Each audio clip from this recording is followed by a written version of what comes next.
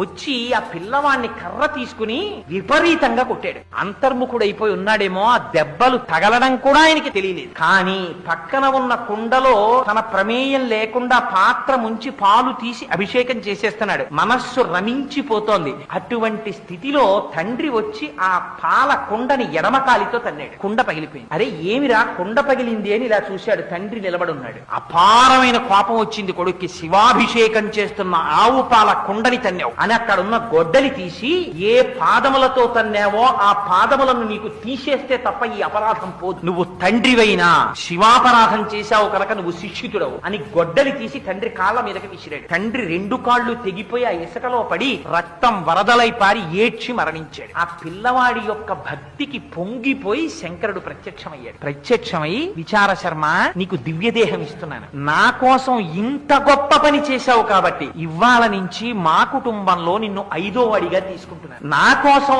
ఆవు పాలతో ఇంత తాదాత్మ్యంతో అభిషేకం చేశావు కనుక ఇవాళ నుంచి నా కొడుకులకి కూడా లేని అధికారం నీకిస్తున్నాను. నేను భోజనం చేసిన తరువాత మిగిలిన పదార్థాలు నా కొడుకులు కూడా ముట్టుకోవడానికి వీల్లేదు. నువ్వు తినాలి. నీకు చూపించి నువ్వు తినేసిన తర్వాత నువ్వు తీసుకెళ్ళమని అనుగ్రహిస్తేనే వాళ్ళు తీసుకోవాలి. అందుకని నీకు వరమిస్తున్నానన్నాడు. ఇవాల్టికి మనం శివాలయంలో ఏమిటో తెలుసా అండి, తెలియక శివ నిర్మాల్యం అని వదిలేస్తారు. చండుడికి చూపించి తెచ్చుకోవాలి. అక్కడికి వెళ్ళి ఓ ఇలా కొడుతుంటారు ఆయనకి చెవుడని. ఆయనకి చెవుడు కాదు, ఆయన ఎప్పుడు ధ్యానం చేస్తూ ఉంటాడు.